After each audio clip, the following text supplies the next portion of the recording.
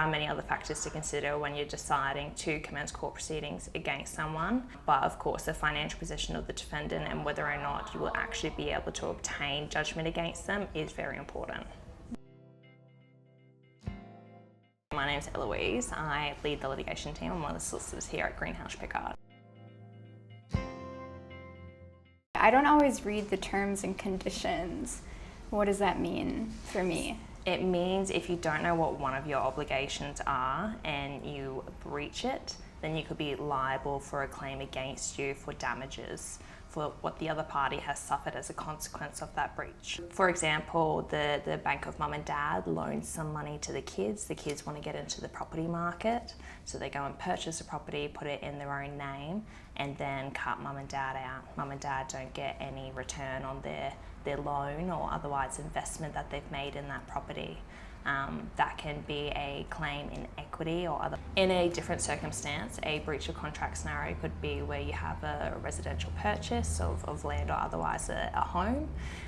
It comes to the settlement date and the buyer doesn't settle. For any reason, that could be maybe they didn't have the funds on that day, they don't settle. That's a breach of contract, and the seller's right to terminate then arises. They can then sue for damages. Those damages could be what they've suffered in the meantime, having to go and sell the property to another person and that disparity in the sale price. What if the other side hasn't done something that I want in the contract?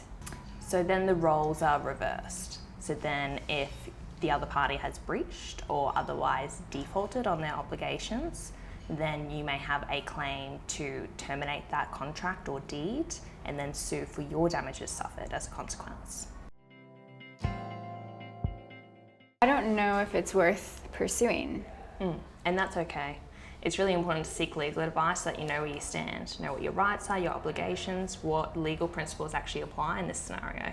We'll look at the contract, determine the breach, determine your termination options, and then we'll advise you on what your prospects are so you can make a fully informed decision thereafter. And make sure you keep an eye on that other party who's going to eventually likely be the defendant in the proceedings. You need to know their asset position and whether or not they actually would be able to pay a court order that we eventually obtain in court.